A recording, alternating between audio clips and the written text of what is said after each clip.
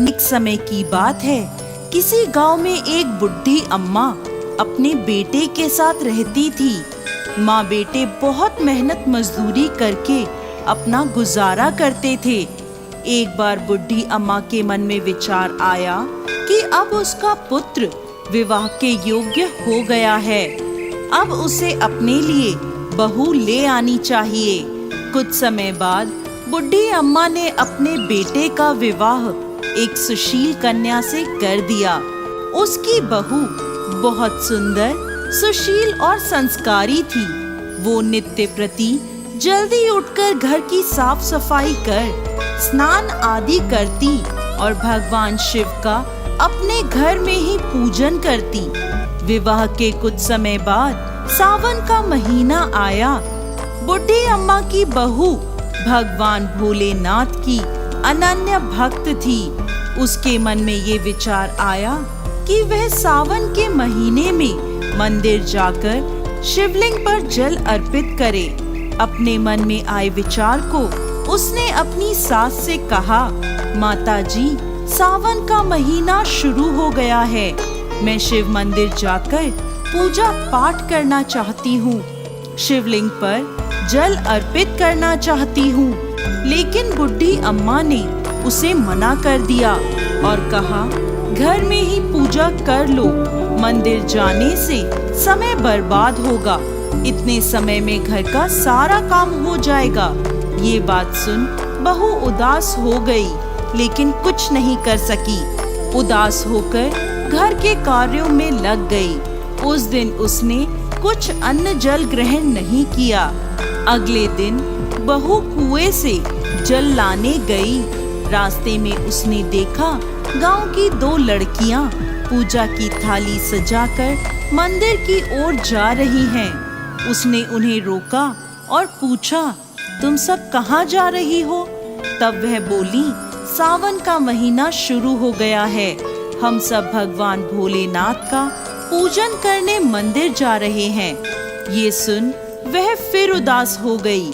लड़कियों ने पूछा, आप क्यों उदास हो गईं? तो वह बोली, भगवान शिव मेरे आराध्य हैं, लेकिन मेरी सास ने मुझे मंदिर जाकर पूजा करने से मना कर दिया। तब लड़कियां बोली, आप चिंता मत करो, हर रोज इसी समय पानी भरने आया करो और हमारे साथ मंदिर चलकर भगवान शिव की पूजा कर उन पे जल अर्पित किया करो। तब वह बोली, लेकिन मेरे पास पूजा की कोई सामग्री नहीं है, घर से लाऊंगी तो सास को पता चल जाएगा। तब लड़कियां बोली, कोई बात नहीं, आप हमारी पूजा की सामग्री से पूजन कर लेना।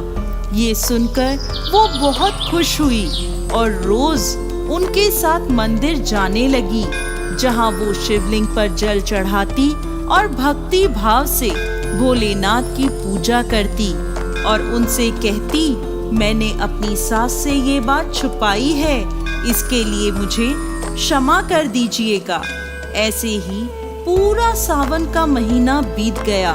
सावन के अंतिम दिन उसने सोचा, पूरा महीना मैंने इन लड़कियों की पूजन सामग्री से पूजा करी है, आज तो मुझे अपना कुछ भोलेनाथ को अर्पित करना ही चाहिए। ऐसा सोचकर उसने अपनी नाक से सोने की नथ उतारी और उसे धोकर शिवलिंग पर अर्पित कर दिया और पूजा कर घर आ गई। घर आकर वो अपनी सास से नजर छुपाकर इधर उधर घूम रही थी, क्योंकि वो जानती थी कि उसकी नाक में नथ ना देखकर सास जरूर पूछेगी कि नथ कहाँ गई। ऐसे ही दोपहर हो गई। तभी अचानक सास की नजर उसकी नाक पर गई और नाक में नथ ना देखकर सास ने पूछा, बहू, तुम्हारी नथ कहाँ है? तो वह बोली, माँ जी, मुझे नहीं पता, शायद कहीं गिर गई होगी। सास बोली, अच्छा, तो ये बताओ कि तुम आज कहाँ कहाँ गई थी, वहीं जाकर ढूंढ लेंगे।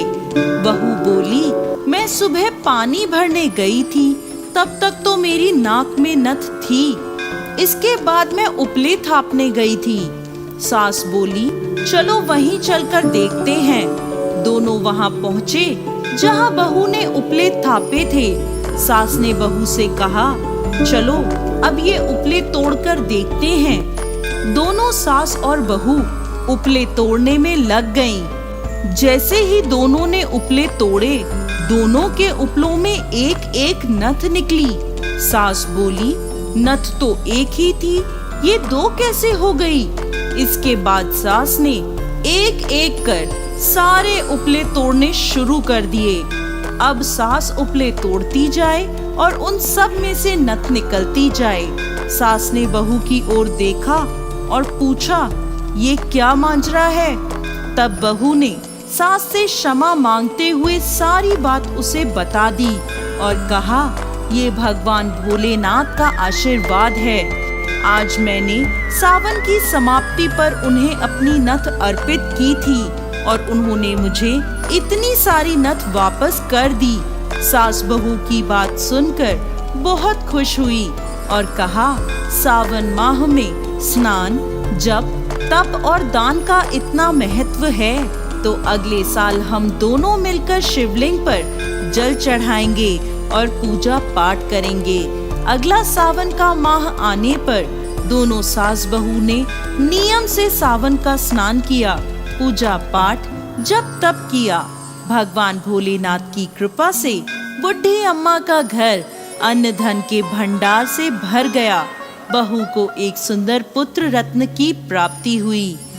हे भोलेनाथ, जैसी कृपा बुढ़ी अम्मा और उसकी बहू पर करी, वैसे ही इस कहानी को कहते, सुनते और हुंकार भरते सब पर करना। जय भोलेनाथ।